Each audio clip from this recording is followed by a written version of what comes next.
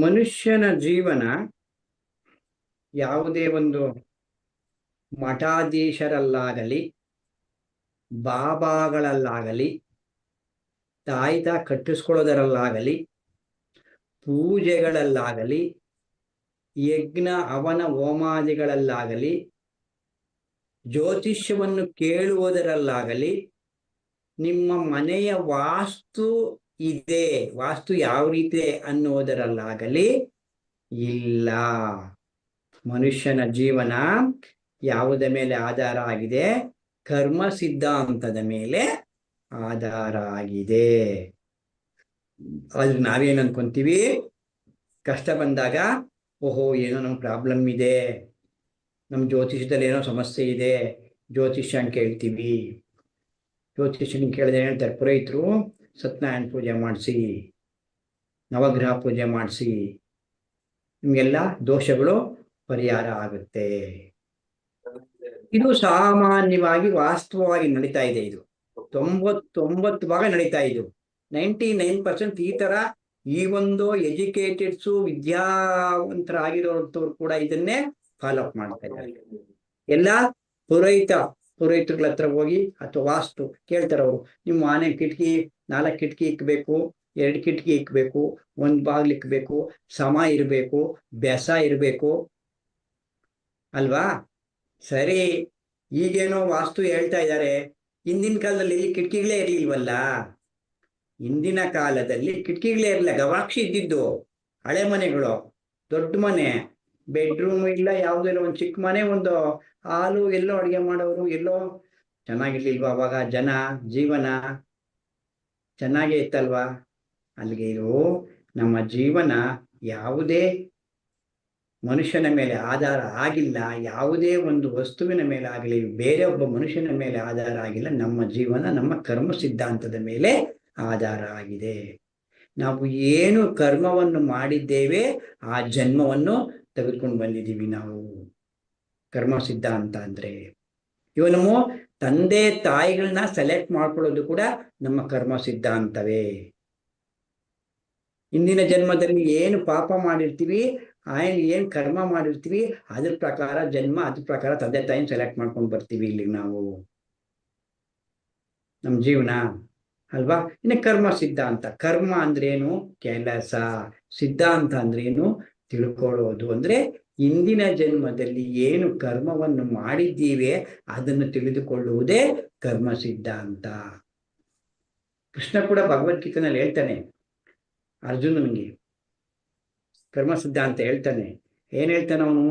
ನಾನು ಅವ್ರನ್ನ ಕೊಲ್ಲಲ್ಲ, ಇವ್ರನ್ನ ಕೊಲ್ಲಲ್ಲ, ಅವರ ನಮ್ಮ ದೊಡ್ಡಪ್ಪ, ನಮ್ಮ ಚಿಕ್ಕಪ್ಪ, ನಮ್ಮ ಮಾಮ, ಗಾಂಡಿವ ಕೆಳಗೆ ಬಿಟ್ಬಿಡ್ತಾನೆ. ಆಗ ಹೇಳ್ತಾನೆ ಕೃಷ್ಣ, ನೀನೇನಪ್ಪ ಕೊಲ್ಲೋದವ್ರನ್ನ? ನೀನ್ ಕೆಲಸ ಮಾತ್ರ ಮಾಡಯ್ಯ, ಕೆಲಸ ಮಾತ್ರ ಮಾಡೋದು ದೊಡ್ಡಪ್ಪ. ಅದೇನ್ ಹೇಳ್ತಾನೆ ಕೃಷ್ಣ, ಇವನು ಅರ್ಜುನ, ನನ್ ಪಾಪ ಬರುತ್ತೆ, ಆ ಪಾಪದ ನನಗೆ ಬೇಡ ಅಂತ ಹೇಳ್ತಾನೆ. ನೀನು ಕ್ಷತ್ರಿಯ ಧರ್ಮವನ್ನು ಮಾಡು. ನೀ ಕ್ಷತ್ರಿಯನ ಬಿಟ್ಟಿದೀಯಾ, ಕ್ಷತ್ರಿಯ ಧರ್ಮವನ್ನು ಮಾತ್ರ ಮಾಡು. ಆ ಫಲಗಳನ್ನು ನೀನು ನನಗೆ ಬಿಡು ಅಂತ ಹೇಳ್ತಾನೆ. ನೀನು ಆಶಿಸಬೇಡ ಅಂತ ಹೇಳ್ತಾನೆ. ಕರ್ಮಣ್ಯೇವಾಧಿಕಾರಸ್ಯ ಮಾ ಫಲೇಷು ಕದಾಚನ ಮಾ ಫಲಕರ್ಮ ಹೇತುನಾ ಸಂಗೋಸ್ತ್ವ ಕರ್ಮಣಿ ಹೇಳ್ತಾನೆ ಕೃಷ್ಣ ಭಗವದ್ಗೀತೆಯಲ್ಲಿ. ಕರ್ಮಣ್ಯೇವಾಧಿಕಾರಸ್ಯ ಮಾ ಫಲೇಷು ಕದಾಚನ. ಅರ್ಜುನ, ನೀನು ಕರ್ಮವನ್ನು ಅರ್ಜುನ ಒಬ್ಬನಿಗೆ ಅಲ್ಲ ಭಗವದ್ಗೀತೆ ಹೇಳಿದ್ದು ಕೃಷ್ಣ. ಅರ್ಜುನ ಒಂದು ಸಂಕೇತ, ನಮ್ಮೆಲ್ಲರಿಗೂ ಕೂಡ ಭಗವದ್ಗೀತೆಯನ್ನು ಹೇಳ್ದ ಕೃಷ್ಣ. ಯಾರು ಆ ಕನ್ಫ್ಯೂಷನ್ ಅಲ್ಲಿ ಇದ್ದಾರೆ, ಯಾರು ಅಲ್ಲಿ ಏನ್ ಗೊತ್ತಾಗ್ತಾ ಇಲ್ಲ, ಅಲ್ಲಿ ಏನ್ ಮಾಡ್ಬೇಕು, ಅದಕ್ಕೆ ಎಲ್ಲರಿಗೂ ಅರ್ಜುನ್ ಒಬ್ಬನಿಲ್ಲ, ನಾವೆಲ್ಲರೂ ಅರ್ಜುನರೇ, ನಾವೆಲ್ಲರೂ ಕೂಡ ಭಗವದ್ಗೀತೆಯನ್ನು ಹೇಳ್ದ. ಹೇಳ್ದ ಕರ್ಮಣ್ಯೇ ವಾಧಿಕಾರಸ್ಯೆ. ಅರ್ಜುನ, ನಿನಗೆ ಕರ್ಮವನ್ನು ಮಾಡುವುದಕ್ಕೆ ಮಾತ್ರ ಅಧಿಕಾರ ಇದೆ. ಕರ್ಮಣ್ಯೇ ಅಧಿಕಾರ ಇದೆ. ಮಾ ಫಲ ಕರ್ಮಣ್ಯೇ ವಾಧಿಕಾರಸ್ಯೆ ಮಾ ಫಲ ಕರ್ಮ ಹೇತುನ. ಕರ್ಮವನ್ನು ಮಾತ್ರ ನೀನು ಮಾಡು, ಫಲವನ್ನ ನನಗೆ ಬಿಡು.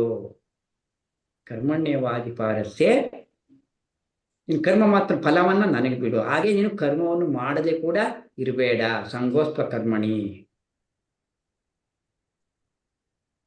ಸಂಗೋಸ್ತ್ವ ಕರ್ಮಣಿ ಅಂದ್ರೆ ನೀನು ಕೆಲಸವನ್ನು, ಒಬ್ಬ ಮನುಷ್ಯ ಭೂಮಿ ಮೇಲೆ ಬಂದ ಮೇಲೆ ಕೆಲಸವನ್ನು ಮಾಡದೆ ಇರಬಾರದು, ಕೆಲಸವನ್ನ ಮಾಡ್ತಾನೆ ಇರಬೇಕು. ಸಂಗೋಸ್ತ್ವ ಕರ್ಮಣಿ ಅಂದ್ರೆ ಕರ್ಮವನ್ನು ಬಿಡಬೇಡ, ಕರ್ಮವನ್ನು ಮಾತ್ರ ಮಾಡು, ಫಲಗಳನ್ನ ನನಗೆ ಬಿಡು. ಕರ್ಮಣ್ಯವಾಧಿಕಾರಶೇ ಮಾ ಫಲ ಕರ್ಮಯತುನ. ಕರ್ಮಣ್ಯವಾದ ಮಾತ್ರ ನೀನು ಮಾತ್ರ ಕರ್ಮ ಮಾಡೋದಕ್ಕೆ ಮಾತ್ರ ನಿಂಗೆ ಅಧಿಕಾರ ಇದೆ. ಫಲಗಳ ನಿರೀಕ್ಷೆ ಮಾಡಬೇಡ, ನೀನು ನನಗೆ ಬಿಡು ಅಂತ ಹೇಳ್ತಾನೆ ಕೃಷ್ಣ. ಫಲವನ್ನು ನನಗೆ ಬಿಡು, ನಾನು ಕೊಡೋದು ಬಿಡೋದು ನಾನು, ಕರ್ಮ ಮಾತ್ರ ನೀನು ಮಾಡು. ಆ ರೀತಿಯಾಗಿ ಈ ಭೂಮಿ ಮೇಲೆ ಬಂದಮೇಲೆ ಸಂಗೋಸ್ತ್ವ ಕರ್ಮಣಿ, ಕರ್ಮವನ್ನು ಮಾಡದೆ ಕೂಡ ಇರಬಾರದು, ಸೋಮಾರಿತನದಿಂದ ಇರಬಾರದು. ಅವರಿಗೆ ಏನು ಕರ್ಮ ಇದೆ ಆ ಕರ್ಮವನ್ನು ಮಾಡಲೇಬೇಕು. ಕರ್ಮ ಮಾಡದ ಇದ್ರೆ ಮತ್ತೆ ಅದು ಮುಂದಿನ ಜನ್ಮಕ್ಕಾದ್ರೂ ಆ ಕರ್ಮವನ್ನು ಮಾಡಲೇಬೇಕು. ಆ ಕರ್ಮ ಮಾಡೋದಕ್ಕೋಸ್ಕರ ಮುಂದಿನ ಜನ್ಮ ತಗೋಬೇಕು ನಾವು. ಕರ್ಮ ಮಾಡದೆ ಅಕರ್ಮಿಯಾಗಿರ್ಬಾರ್ದು ಅಂತ ಹೇಳ್ತಾರೆ. ಅಕರ್ಮಿಯಾಗಿ ಇರಬಾರ್ದು, ಯಾವ ಕೆಲಸನಾದ್ರೂ ಆಗಲಿ ಮಾಡ್ತಾನೇ ಇರಬೇಕು. ಸಂಗೋಸ್ತ್ವ ಕರ್ಮಣಿ. ನಮ್ಮ ಬಸವಣ್ಣವ್ರು ಕೂಡ ಹೇಳಿದಂದ್ರೆ, ನೀನು ಏನು ಕರ್ಮವನ್ನು ಮಾಡ್ತೀಯೋ ಆ ಕರ್ಮದ ಫಲ ನಿನಗೆ ಸಿಗ್ತಾ ಇರುತ್ತೆ. ನೀನು ಪುಣ್ಯದ ಕರ್ಮವನ್ನು ಮಾಡಿದ್ರೆ ಪುಣ್ಯದ ಫಲ ಸಿಗುತ್ತೆ, ಪಾಪದ ಕರ್ಮವನ್ನು ಮಾಡಿದ್ರೆ ಪಾಪದ ಫಲ ಸಿಗುತ್ತೆ, ಸತ್ಕರ್ಮವನ್ನು ಮಾಡಿದಾಗ ನಿನಗೆ ಮೋಕ್ಷ ಸಿಗುತ್ತೆ. ಸತ್ಕರ್ಮವನ್ನು ಮಾಡಿದಾಗ ಏನು ಸಿಗುತ್ತೆ? ಮೋಕ್ಷ ಸಿಗುತ್ತೆ. ಪಾಪ ಮಾಡಿದ್ರೆ ಏನು ಸಿಗುತ್ತೆ? ಪಾಪ ಅಲ್ವಾ? ನಿಮ್ಮ ಪ್ರಾಣಿಗಳಿಗೆ ಕೊಂದ್ರೆ ಏನು ಸಿಗುತ್ತೆ? ಪಾಪ. ಮನಸ್ಸು, ಬೇರೆಯವರ ಮನಸ್ಸನ್ನು ನೋಯಿಸಿದ್ರೆ ಏನು ಸಿಗುತ್ತೆ? ಪಾಪ. ಪಾಪ ಹಾಡಾಗುತ್ತೆ. ನೀನು ಪುಣ್ಯದ ಕೆಲಸಗಳು, ದೇವಸ್ಥಾನದಲ್ಲಿ ಏನೋ ಊಟ ಹಾಕ್ಸೋದು, ಏನೋ ವಿದ್ಯಾರ್ಥಿಗಳಿಗೆ ಹಣ ಸಹಾಯ ಮಾಡುವುದು, ಇನ್ನೂ ಒಂದು ಯಾರಿಗೂ ಆಸ್ಪತ್ರೆಗಳಿಗೂ ಸಹಾಯ ಮಾಡುವುದು, ಇವೆಲ್ಲವೂ ಕೂಡ ಎಲ್ಲಿಗೆ ಬರುತ್ತೆ? ಪುಣ್ಯದ ಕೆಲಸಗಳಿವು. ಪುಣ್ಯ ಬಂತು, ಪುಣ್ಯ ಕರ್ಮ ಆಯಿತು ಅಂದ್ರೆ ಇವೆರಡು ಪುಣ್ಯ ಪಾಪಗಳು. ಅದೆರಡನ್ನು ಬಿಟ್ಟದ್ದು ಆತ್ಮಕರ್ಮಗಳು. ಸತ್ಕರ್ಮ ಅಂದ್ರೆ ಆತ್ಮಕರ್ಮಗಳು ಅಂದ್ರೆ ಜ್ಞಾನ. ಆತ್ಮಕರ್ಮಗಳು ಅಂದ್ರೆ ಜ್ಞಾನವನ್ನು ಕೊಡುವುದು. ಏನು ಝೂಮ್ ನಡೆಸೋದು, ಝೂಮ್ನಲ್ಲಿ ಯಾರೋ ಮಾಸ್ಟರ್ ಕರೆಸೋದು, ಅವ್ರಿಗೆ ಜ್ಞಾನ ಹಂಚೋದು, ಇದು ಆತ್ಮಕರ್ಮಗಳು, ಆತ್ಮಸೇವೆಗಳು. ಆತ್ಮಸೇವೆಗಳಲ್ಲಿ ಭಾಗವಹಿಸಬೇಕು. ಅದು ದೇಹ ಸೇವೆ, ಅದು ಆತ್ಮ ಸಂಬಂಧಪಟ್ಟಿದ್ರೆ. ಯಾರೋ ಒಬ್ಬ ಭಿಕ್ಷಕ ಬರ್ತಾನೆ, ಯಾರಿಗೋ ಒಂದು ದುಡ್ಡು ಕೊಡ್ತೀಯ, ಮತ್ತೆ ತಿರ್ಗಾ ಬರ್ತಾನೆ ಅವನು, ತಿರ್ಗಾ ಹಣ ಕೇಳಕ್ ಬರ್ತಾನೆ, ತಿರ್ಗಾ ಬರ್ತಾ ಇರ್ತಾನೆ. ಅವನಿಗೆ ಕೊಡಬಾರ್ದು ಅಂತ ಹೇಳ್ತಾರೆ ಪತ್ರಿಜಿ ಭಿಕ್ಷುಕನಿಗೆ. ಭಿಕ್ಷುಕನ ಹಣ ಕೊಡಬೇಡ್ರಿ, ಮತ್ತೆ ಬರ್ತಾನೆ ಅವನು, ಅವ್ನ ಕರ್ಮ ಅನುಭವಿಸ್ಬೇಕು ಅವನು ಅಂತ ಹೇಳ್ತಾನೆ. ಅವನ ಕರ್ಮ ಅರ್ಥ ಆಗ್ಬೇಕು. ಇವು ಕೊಡ್ತಾ ಇರೋ ಕರ್ಮ ಅರ್ಥ ಆಗಲ್ಲ ಅವನಿಗೆ. ಊಟ ಪೂರ್ತಿ ಸಂಪೂರ್ಣ ಊಟ ಇಲ್ಲಿದೆ ಏನು, ಓಹೋ ನಾನು ಹಿಂದಿನ ದಿನದಲ್ಲಿ ಏನು ಕರ್ಮ ಮಾಡಿದ್ದೀನೋ ಏನೋ, ಅದಕ್ಕೆ ನನಗೆ ಭಿಕ್ಷುಕನಾಗಿದ್ದೀನಿ ಅಂತಕ್ಕಂಥ ಕರ್ಮ ಸಿದ್ಧಾಂತ ಅರ್ಥ ಆಗ್ಬೇಕು ಅವ್ರಿಗೆ, ಅಲ್ವಾ? ಆಮೇಲೆ ನಾವೇನಾದ್ರೂ ಅವನಿಗೆ ಹಣ ಕೊಟ್ರೆ ನಮ್ಮಲ್ಲಿ ನಾನು ಕೊಟ್ಟೆ ಅನ್ನೋ ಭಾವನೆ ಬರುತ್ತೆ, ಅಲ್ಲಿ ನಮ್ಗೆ ಅಹಂಕಾರ ಬರುತ್ತೆ. ಅದಕ್ಕೆ ಬೇಡ ಅಂತಾರೆ, ದೇಹ ಸೇವೆ ಬೇಡ ಅಂತಾರೆ ಪತ್ರಿಜಿಯವರು. ಏನೋ ಯಾರಾದ್ರೂ ಹಸ್ಕೊಂಡು ಮನೆಗೆ ಬಂದ್ರೆ ಒಂದ್ ಟೈಮ್ ಆಹಾರ ಕೊಡಿ ಅಂತ ಹೇಳ್ತಾರೆ. ಒಂದ್ ಟೈಮ್ ಹಸ್ಕೊಂಡು ಬಂದ್ರೆ ಒಂದ್ ಟೈಮ್ ಆಹಾರ ಕೊಡಿ, ನೀವು ಅದನ್ನೇ ಕೊಡ್ತಾರೆ ಅದನ್ನೇ ಗುಡಿ ಮಾಡ್ಕೊಂತಾರೆ ಅಂತ ಹೇಳ್ತಾರೆ, ಅಲ್ವಾ? ಏನ್ ಹೇಳ್ಬೇಕು ಅವ್ರಿಗೆ? ಜ್ಞಾನವನ್ನ ಹೇಳ್ಬೇಕು. ಜ್ಞಾನ ಧ್ಯಾನ ಹೇಳ್ಬೇಕು, ಅವ್ರಿಗೆ ಅರ್ಥ ಆಗ್ಬೇಕು. ಯಾಕೆ ಈ ಭೂಮಿಗೆ ಬಂದಿದೀವಿ ನಾವು, ಯಾಕೆ ಕರ್ಮ ಅನುಭವಿಸ್ತಾ ಇದೀವಿ, ಅದಕ್ಕೆ ಏನ್ ಹೇಳ್ತಾರೆ ಪತ್ರಿಜಿಯವರು? ಧ್ಯಾನ ಹೇಳ್ಕೊಡ್ರಿ. ಧ್ಯಾನ ಹೇಳಿದಾಗ ಅರ್ಥ ಆಗುತ್ತೆ ಅವರಿಗೆ ಕರ್ಮ ಸಿದ್ಧಾಂತ.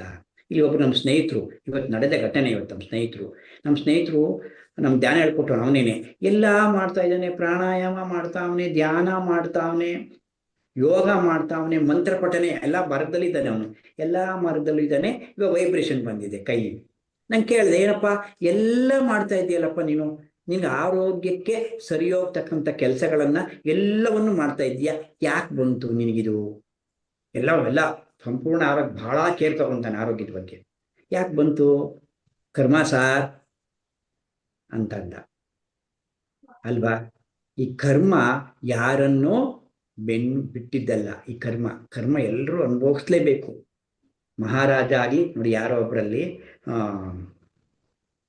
ಕೌನ್ಸಿಲರ್ ಅಂತೆ, ಮಾಡ್ಲಿ ಮೆಟ್ಲು ಹೊತ್ಕೊಂಡು ಹೋಗ್ತಾ ಇದ್ನಂತೆ, ಬಿದ್ದೋಗ್ಬಿಟ್ಟಂತೆ ಕೌನ್ಸಿಲರ್ ಅಲ್ಲಿ ಕೆಳಗಡೆ. ಅಯ್ಯೋ ನಾನು ಕೌನ್ಸಿಲರ್ ಬಿದ್ದೋಗ್ಬಿಟ್ಟೆ ಅಂತಂದ್ರೆ, ಕೌನ್ಸಿಲರ್ ಆದ್ರೆ ಅವ್ರ ತಾತ ಆದ್ರೆ ಅವ್ರ ಅಪ್ಪ ಅದನ್ನ ಬಿದ್ದೋಗಿ ಆಸ್ಪತ್ರೆಗೆ ಹೋಗ್ಲೇಬೇಕು. ಕರ್ಮ ಅಲ್ವಾ? ಕೆಲವರು ಏನ್ ಹೇಳ್ತಾರೆ, ಆಕ್ಸಿಡೆಂಟ್ ಆಗಿ ಸತ್ತೋದ, ಡ್ರಿಂಕ್ಸ್ ಮಾಡಿ ಸತ್ತೋದ, ಏನು ಡ್ರಿಂಕ್ಸು ಮಾಡಲ್ಲ, ಆಕ್ಸಿಡೆಂಟು ಆಗಲ್ಲ, ಸತ್ತೋಗಿರೋರಿಲ್ವಾ ಸುಮ್ಮನೆ ಬಿದ್ದು ದಾರಿನಲ್ಲಿ? ಅದು ಕರ್ಮ ಸಿದ್ಧಾಂತ ಅದು ಅಲ್ವಾ. ಯಾವ ಸಮಯದಲ್ಲಿ ನಾವು ಈ ಭೂಲೋಕವನ್ನು ಬಿಡಬೇಕು ಅಂತಕ್ಕಂಥದ್ದು ಕರ್ಮ ಇರುತ್ತೆ, ಮಾಡಿದ ಕರ್ಮ ಇರುತ್ತೆ. ಬೀಳ್ತಾರೆ, ಬಿದ್ದು ಸುಮ್ಮನೆ ಯಾರು ಬಿದ್ದಲ್ಲ, ಆಕ್ಸಿಡೆಂಟು ಆಗಲ್ಲ, ಏನೂ ಆಗಲ್ಲ, ಸುಮ್ಮನೆ ಅವರಷ್ಟವರೆಗೆ ಬಿದ್ದು ಕಾಲು ಫ್ರ್ಯಾಕ್ಚರ್ ಮಾಡ್ಕೊಂಡಿರೋರು ಎಷ್ಟೋ ಜನ ಇದ್ದಾರೆ. ಹುಷಾರಾಗೇ ಇರ್ತಾರೆ, ಬಹಳ ಅಯ್ಯೋ ಎಲ್ಲಿ ಬಿದ್ದು ಹೋಗ್ತೀನೋ, ಎಲ್ಲಿ ಇದು ಮಾಡ್ತೀನೋ, ಗಾಡಿನಲ್ಲೂ ಹೋಗಲ್ಲ ನಾನು, ಕಾರಲ್ಲೂ ಹೋಗಲ್ಲ, ನಡ್ಕೊಂಡೇ ಹೋಗ್ತಾ ಇರ್ತಾರೆ, ನಿಧಾನಕ್ಕೆ ಜಾರ್ ಬೀಳ್ತಾರೆ ಅಲ್ವಾ. ಕರ್ಮ ಅಲ್ದೇನೇನು ಮತ್ತೆ, ಕರ್ಮ ಸಿದ್ಧಾಂತ ಅಲ್ವಾ ಇದು. ಅದಕ್ಕೆ ಎಲ್ಲರಿಗೂ ಕೂಡ ಈ ಕರ್ಮ ಸಿದ್ಧಾಂತ ಇದ್ದೇ ಇರುತ್ತೆ. ಈ ಕರ್ಮ ಸಿದ್ಧಾಂತದ ಮೇಲೇನೆ ನಮ್ಮ ಜೀವನ ಆಧಾರ ಆಗಿದೆ.